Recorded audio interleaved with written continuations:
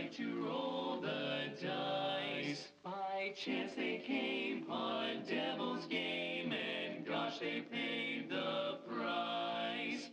Paid the price.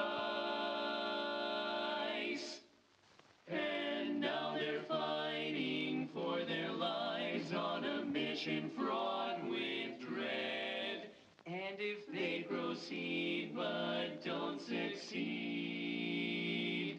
well, the devil will take their heads.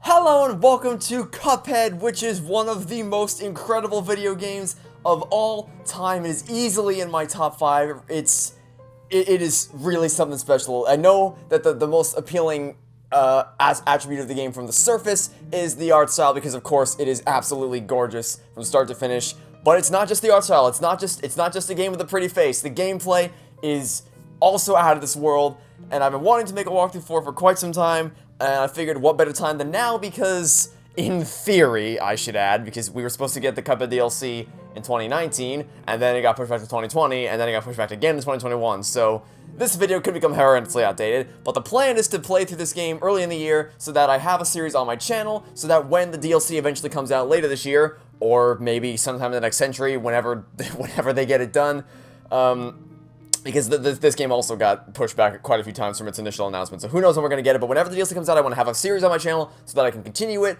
and it'll segue right into the DLC whenever that eventually comes out. So, we're going to press any button to get started with Cuphead. I'm going to be giving a full walkthrough here. I'm not going to be... Oh, we're syncing data. Okay. Cool. We're not going to be doing a 200% walkthrough. A 2% walkthrough would be... I've only done that once, and it was a nightmare. Basically, 200% is you have to beat the game twice. Once on standard, and then again on expert mode. The expert bosses are a major pain in the rear end. I may do a bonus episode quickly running through the expert bosses.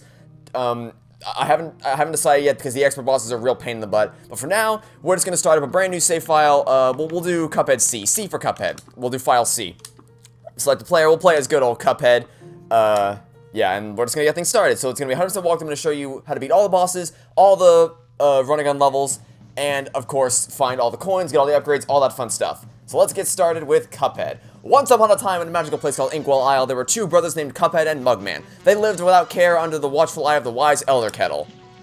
One day the two boys wandered far from home, and despite the Elder Kettle's many warnings, ended up on the wrong side of the tracks and entered the Devil's Casino. Inside, Cuphead and Mugman soon found themselves on a winning streak at the craps table. "Hot dog!" exclaimed King Dice, the casino's sleazy manager. "These fellas can't lose." "Nice run, boys," laughed a newcomer. The brothers gasped. It was the casino's owner, the devil himself. "Now, how about we raise the stakes?" he suggested with a toothy grin. "Win one more roll and all the loot in my casino is yours," the devil boomed. "But if you lose, I'll have your souls. Got a deal?" Cuphead, blinded by easy riches, nodded and grabbed the dice for a throw. "Good gosh, Cuphead, no!" cried Mugman, for he understood the danger, but it was too late. "Snake eyes," laughed the devil while slamming the floor. "You lose." The brothers trembled in fear as he loomed over them. "Now about those souls." The brothers pleaded for their very lives. "There must be another way to repay you," Mugman stammered. "Yes, please, mister," Cuphead added. Perhaps there is," the devil snickered, pulling out a parchment. "I have here a list of my runaway debtors. Collect their souls for me, and I just might pardon you two mugs." "Now get going," the devil roared, kicking the boys out most rudely. "You have till midnight tomorrow to collect every one of those souls. Otherwise, I'll be the one collecting yours." Cuphead and Mugman were terribly frightened and ran away as fast as they could. "Come on, Mug," panted Cuphead. "We have to find the Elder Kettle. He'll know what to do." Alright, and there's our basic premise for the game. The Cuphead brothers did a dumb thing, and now they are on a mission to save their lives from the devil. "What a fine pickle you boys have gotten yourselves into. I know you don't want to be pawns of the devil, but if you refuse, I can't bear to imagine your fates. You must play along for now, collect those contracts, and you'd best be ready for some nasty business. Your debtor friends won't be very friendly once you confront them. In fact, I expect to transform into terrible beasts. Take this potion so they won't hang you out to dry. It'll give you the most remarkable magical abilities. Now go to my writing desk and use the mystical inkwells there. You need to prepare yourselves for a scrap." Okay, so yeah, like I said, we're gonna do all the bosses, all the running gun levels. I'm not gonna do P ranks because P ranks aren't required for 100% completion. This is kind of a bonus thing you can do. And we're also not gonna go for A+ rankings or S ranks or anything like that. But I am gonna show you the most effective way to beat all the bosses. Anyway, so basic controls. Left analog stick to move if you're playing on a controller. If you're playing on PC with the keyboard mouse, it'll obviously be different. But with a controller, left analog stick to move, A button to jump, X button is your fire button. The Y button is to dash. B button doesn't do anything for the time being, but we'll see what it does soon enough. The right button, the right bumper will lock your aim, or it'll lock your position so that you can aim. You can use the left analog stick to rotate around in a circle. So like ordinarily, if you use the left analog stick while you're shooting, you'll just switch back and forth like this. But if you hold down the right button, it'll lock your position so that you can aim more precisely in multiple different directions, like this. So yeah, that's about all there is to it. Also, I believe these controls are customizable, not on Xbox One, I don't think, or are they? Maybe? Oh, they are. They are customizable on Xbox One, or I guess I'm playing this on Xbox Series X.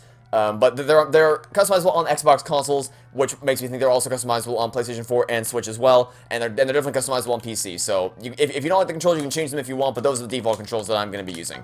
Anyway, so yeah, you can also hold down on the left analog stick to crouch like that. You can tap the A button for a short jump, or you can hold it for a high jump. And now here's the part where we make an obligatory joke about how people are bad at video games and they can't figure out how to get past the tutorial of Cuphead. Yeah, it's pretty simple. You just hold for high jump and then press Y midair to dash. So I'll do that again. Jump, press Y to dash like that. Or if you're a game journalist, you just do this over and over again because you don't know how to play video games. Yeah, there's my obligatory game journalist joke. Anyway, just like Smash Bros, if you push down and A at the same time, you can drop down through certain platforms like that. X button to shoot button, you can hold right button to lock in place like that. You want to lock yourself in place right here to shoot down the target. Come over here. Now here's how you parry. Whenever you encounter pink objects, you can jump and then press the A button again while over a pink object to parry. So if I jump and then press A, I can parry my way across. Well, I failed that, but you can parry your way across all of these pink objects like so. And what you may notice is that every time we parried a pink object, in the bottom left corner of the screen, we gained we gained a super card. And if we do this again and again, like this, then we will get a maximum of 5 super cards. And if we have all 5 super cards, you notice that they're all shining because we have full up our super meter. We can't do anything with them just yet. Well, no, we can. We can't do anything special when we get all the super cards. That's a super powerful move that we're going to get later in the game. Actually, we're going to end the episode with getting that super powerful move, so you have something to look forward to for the end of the video. But by default, without any super special moves or anything, by default, you press the B button to use what's called an X move, which will expend 1 super meter card like that. So you can use them individually, like I just did there, if you have individual cards, or if you have all 5, you can use a super powerful move, which you haven't unlocked yet, but we will unlock it at the end of the episode. And if you're playing co-op, then you can also parry your friend. If your friend dies, you can parry them like this, and bring them back to life. That's not going to be happening in this series, because this is a solo walkthrough, not a co-op Let's Play, but it is there if you want it. Anyway, now here's our first coin. This coin does actually count towards your total of coins, so you want to make sure you play the tutorial, just so you can get that coin, because we're going to be collecting every single coin. There's 40 coins throughout the entire game, and we're going to be collecting every single one of them. So yeah, you definitely want to make sure, if for no other reason, you want to make sure you play the tutorial so that you can get that coin, because that'll be very helpful here soon enough. Also, the music is awesome as well in this game. There isn't much that isn't good about this game. Anyway, to start things off, before we go anywhere, welcome to Inkwell Isle One. There's 3 Inkwell Isles in the game, and this is the first one. It's our home. It's gonna be where we start our adventure, and the first thing we're gonna do is we're gonna talk to this guy right here. Hey fellas, looks like you're in for it now, eh? Well, I used to be the same way, always getting into trouble. Running, jumping, shooting. But now I prefer just strolling around and going to the pictures. But hey, let me give you a hand. Take this. You received 3 gold coins, which means that already, before we even go into a single level, we're going to go to the shop right here, and we are going to make a purchase. We are going to buy this move right here, the Chaser Shot. So currently, we have the pea shooter, which is just it's a standard pea shooter. But if we buy the Chaser Shot, this thing is long range with below average damage, no aiming required. That's the important part, is no aiming required. You can just hold down the X button, and it will they'll just lock on enemies essentially. It doesn't do a lot of damage, but it doesn't need to do a lot of damage, because we're not going to be using this a whole lot throughout the game, but there are certain instances in which this is going to be very useful, and it will be especially useful for the first level of the game, so you want to make sure you buy this right now.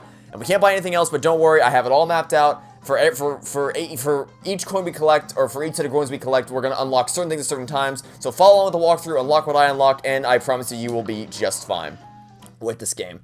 Anyway, because we've unlocked a new move, you got to equip those new purchases if you want to use them. Look at your equip card, you bums. So press the Y button to open up the equip menu, like this. And this is where we can customize everything. So if you see over here, we have a list of all the different worlds, all the bosses and levels that we have to beat.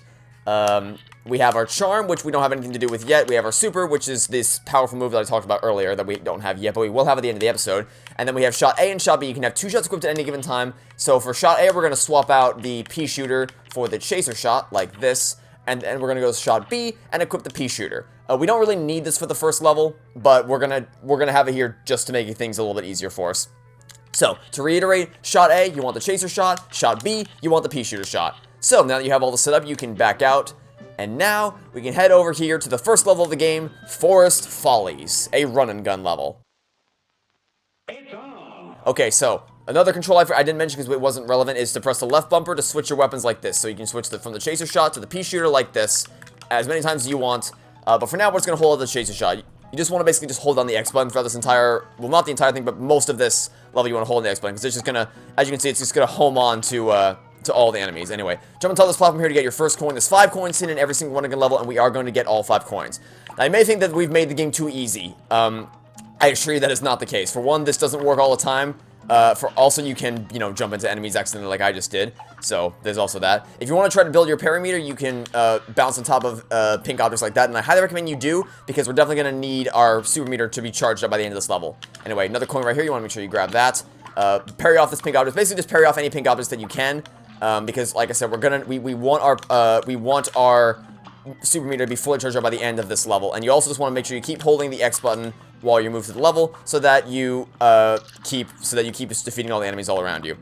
Other than that, there isn't a whole lot of advice I have to give, other than just to keep your eyes to the skies, because occasionally there will be acorns that pop up like this. You can either try to defeat them as they come towards you with the chaser shot, or you can bait them, so like you can wait for it to lock in you and then run out of the way like that. Anyway, you want to wait until the pink object is close to the coin, and then parry off it. Like, it's going to be happening a lot, by the way, because Cuphead is a very hard game. So, you want to parry off the pink object as it approaches the top, so that you can parry off it into the coin like that. That's probably the hardest coin to get in the entire level, is that one right there. So you want to make sure you parry. Also, something worth mentioning, you can increase your super meter with more than just parry moves. Also, you want to make sure you dash across this gap like this. You can parry more than, just doing damage to enemies will also increase your super meter. So it's something worth noting, is that there's more than one way to increase your super meter, but the most effective way is, of course, to parry. So just something to keep in mind. Anyway, when you get to this ledge, you want to switch to the pea shooter, drop down here, and then mash the B button as fast as you can. This is why I told you to get your super meter charged. You want to mash the B button to destroy the acorn maker, and if you do it correctly, then you shouldn't need any more than 5 super meter shots to destroy it. But if it's still left over after the 5 super meter shots, then you can just do a couple shots on the pea shooter to finish it off. Anyway, we're in the home stretch now. One last stretch to get to the end of the level. Wait for the piranha plant to go back into the ground, and then wait for this one to go back into the ground. But you also want to make sure the blue thing is defeated on the other side before you dash across the gap.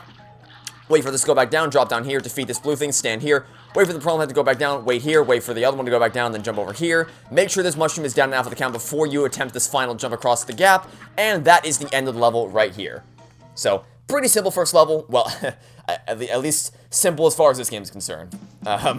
So, keep that in mind. If you had some problems with that first level, there's a lot worse to come. I'll tell you that much.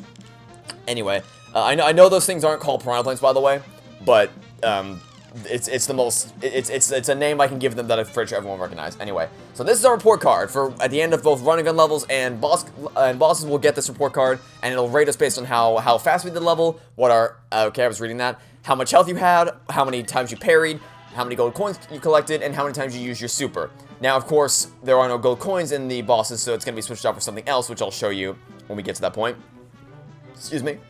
But for the time being, all it's important to know is that we got all 5 golden coins, or at least you should have if you followed the walkthrough. I showed you where all the 5 coins were. So if you have all 5 coins, then we're going to go back to the shop once again, and we're going to buy a different weapon. We bought one weapon for use in that level, and now we're going to buy the spread shot. Short range with great damage. If you can, keep close to your target. So basically, it's a very, very powerful weapon. Does a lot of damage, but you have to be very close to the boss in question. This is what you're going to be using for most of the bosses in the game, so you want to make sure you buy this now before anything else.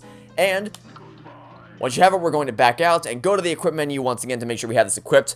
What we're going to do is swap this out for the chaser shot right here, and we're going to keep the pea shooter in our shot B slot. So spread shot, pea shooter slot. This is what you want set up. Once you have that, we're going to head down here to this little thing, which is going to be our first boss of the game, the root pack in Botanic Panic. Now, you have a difficulty selection here. You can either do simple or regular mode. Simple mode is obviously easier.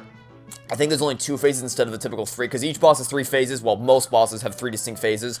Simple mode has less than that, but the difference is that you kind of have to play in regular mode, because if you beat the boss in simple mode, you don't actually get the soul contract, and if you don't get the soul contract, that means that you can't actually beat the game. So it's basically, consider this as practice mode. If you want to practice the boss first, you can do simple mode, but when you want to actually beat it and get the soul contract so you can move on, then you have to do regular mode. So there is a choice technically, but it's more just like practice mode and then regular mode, not really easy or hard or anything like that. Anyway, when you're ready, you can press A to start it up on regular difficulty. Let's do it. This match will get red hot. First thing first, you want to get as close as possible, then jump over all the things he spits out at you like this. Make sure you stop to parry all the pink objects. He's going to throw 3 pink objects at you. There's 3 waves of this, and the last object in each wave will always be pink. So you want to make sure you dodge all the obstacles and parry the pink objects as they show up. So yeah, that's about all there is to it. Then, once the first phase is beat, you want to move to the left side of the screen, stand as close to the onion as possible, and just, again, hold down the X button to use a spread shot. Keep your eyes to the sky to make sure you don't accidentally get hit by any water droplets. And assuming you can manage to avoid that, then the onion will be defeated very easily. Then move to the center of the stage, hold on the X button, and then point your fingers to the sky to start doing damage to the carrot like this. Then once the carrots are out of the way, it'll try to lock onto you like this. You want to dash out of the way like this, then move back to the center, dash out of the way. It'll do one more time, then switch to the P shooter and mash the B button to finish him off with the X move, like this. And if there are any hits left, then again, you can just finish him off with a few more quick spread shots. Make sure to dodge all the beams he's shooting out of his head like this. Oh, okay, I didn't dodge that one properly, but no matter. Very, very easy first boss. The P shooter, the reason why we switched to the P shooter is because the X move, I should have explained this. The X move is different for every single attack. Sorry, so yeah, for every single attack you do, you have a different X move to use. And the P shooter one is the best default X move that you can use. So that's why we wanted to use that to finish it off like that. So we can just, but you want to make sure you're pointing up towards the sky while you're using that. Otherwise, otherwise it'll just fire in a random direction. So yeah, very easy first boss. There's our soul contract for the root pack. And yeah, that's like I said, very nice introduction. It's very simple. This first phase, just dodge the obstacles, parry the hose at the end. Second phase, stick to the left and just use the spread shot. Third phase, point up to the carrot and use the spread shot there against the mini carrots and the big carrot, and then use the P shot X move to finish him off. So that was pretty easy. You know what isn't easy? This next boss down here. Bribrian Croaks and Clip Joint Calamity. This one is considerably tougher. Here's a real high-class bout. Here goes. First things first, you want to wait for the frog to attack. If the bottom frog attacks, move to the back and then switch to the P shooter, and then dodge all the fists he throws at you and parry the pink ones as they pop up. You can either duck to avoid the ones that go high or jump to avoid the ones that go low. If the top frog attacks first, then get as close as possible with the spread shot, and then fire away at the green frog, occasionally turning around to defeat the fireflies that show up. The reason I say if in terms of which one attacks first is because a different frog will attack first every single time, so you want to keep an eye out for that. Second phase, you want to keep the spread shot out to fire against. It doesn't matter which frog you attack, it'll do damage to both of them at once. So here you just want to pay attention to just keep the spread shot firing away. Again, doesn't matter which frog you use. Just keep your eyes trained towards the UFOs that will appear so that you can be ready to dodge them as they show up. Because they will do damage to you, of course. So basically just keep an eye on their pattern, and then you can either jump over them or walk underneath them like this. More often than not, you're going to end up walking underneath them, so they're not too hard to dodge. But this is not the reason why this boss is hard. The final phase is why it's hard. So you want to jump and dash over the green frogs that rolls towards you, then jump up and down towards the back left to bait the coins into flying high above. Then when the fist goes down, jump over the coin, parry the hand like this, and then stick to the back left-hand side. Now, I gotta explain this. So there's 3 random attacks you can get. You can either get the lion balls, the solid platforms, or the beams of energy. We got the beams of energy this time. Now, the beams of energy are pretty simple. So what you have to do is stick to the left-hand side, equip the P shooter, and mash the X moves as you can until you encounter one. You have to jump up like this, then just let yourself fall down. I made a mistake there. So basically, if the beam's going down, you want to jump between them like this, but if they're going up, you just let yourself fall down, and you'll be safely underneath the beam that goes up. Then hit the switch again. I thought I was gonna hit the coin there, but we didn't. This time we got the energy beams again. So again, just stay underneath them until they start pointing down, then jump across them like this, let yourself fall like so. It's pretty simple. Also, you want to keep using your X moves with the P shooter. The reason why using the P shooter here is because the P shooter can attack from range, and we really don't want to risk getting close to it. when basically the attacks that come out of this slot machine are going to force you to the back of the arena. So you want to make sure you have a long range weapon, because this one's the easiest one. It's just solid platforms. Literally just jump across the platforms. That's all there is to this one. Very, very easy. Nothing much to it. The hardest one is the balls. Basically, you're gonna have lions that shoot balls up to the sky that you have to jump over. So like the ball will shoot out of a launcher, and you have to jump between the ball and the launcher as it pops up. So that one's pretty tough. But other than that, so long as you are prepared for the attacks in the final wave, either you're gonna get the platforms, which are easy, the energy beams, which either if the energy beam is shooting down, jump above it, or if the energy beam is shooting up, then you want to stay below it. And that's all there really is to that boss battle. The first two phases aren't too bad, as long as you know what to expect. I mean, honestly, all the bosses can be boiled down to, if you know what to expect, you can have a good strategy going into it, and you know, and you should be fine. At that point, it just comes down to getting a feel for the controls and, you know, getting better at the game, essentially.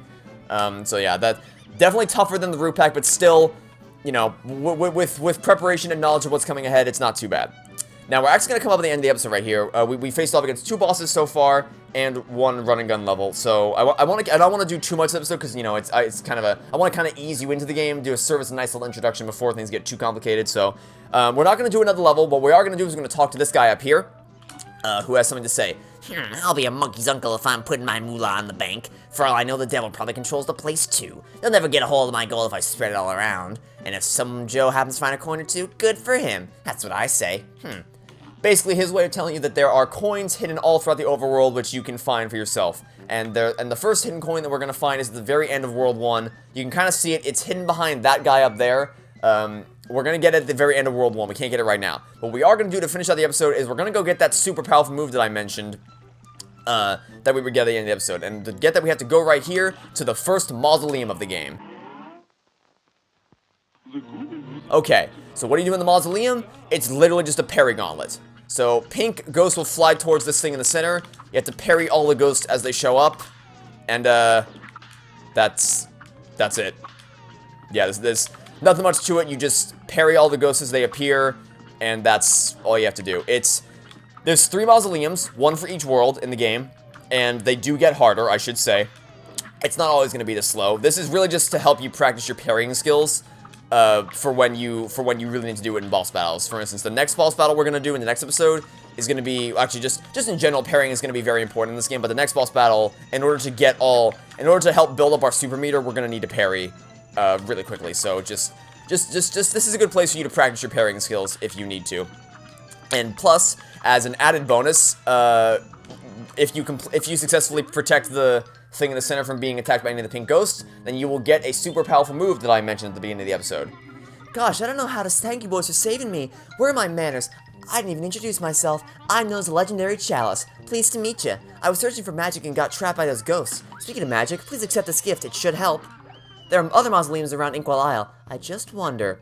So yeah, we've already gotten our first super move, and there are 2 more waiting to be collected. Not as useful as the first one, but they do have their very specific uses that we will, of course, all point out as we come across them. Dear me, you mustn't forget that magical super arts have to be equipped in the menu before use. So yeah, we're going to open the equip menu, go to our super chart, and now we have our first super art, the energy beam. A devastating attack spills from your head, horizontal only, ground or air. So basically, ordinarily, when we had all 5 super meters or super cards charged up, all we could do was just fire 5 X moves. But now, if we have all 5 super meters charged up, we can fire off an energy beam, which is like the attack said, a devastating beam of energy that just tears through everything in its path. Which will be very, very useful for the next boss battle we're going to do in the next episode. So that'll be it for now. Hope you enjoyed this little introduction to Cuphead. It's a phenomenal game, and I hope I provided some useful tips so far. There's plenty more to come in terms of strategies for the bosses and the locations for all the coins. Hope you're excited for the walkthrough, but that'll be it for now. So thanks for watching. Stay tuned for next time to catch you all tomorrow for some more Cuphead. Goodbye.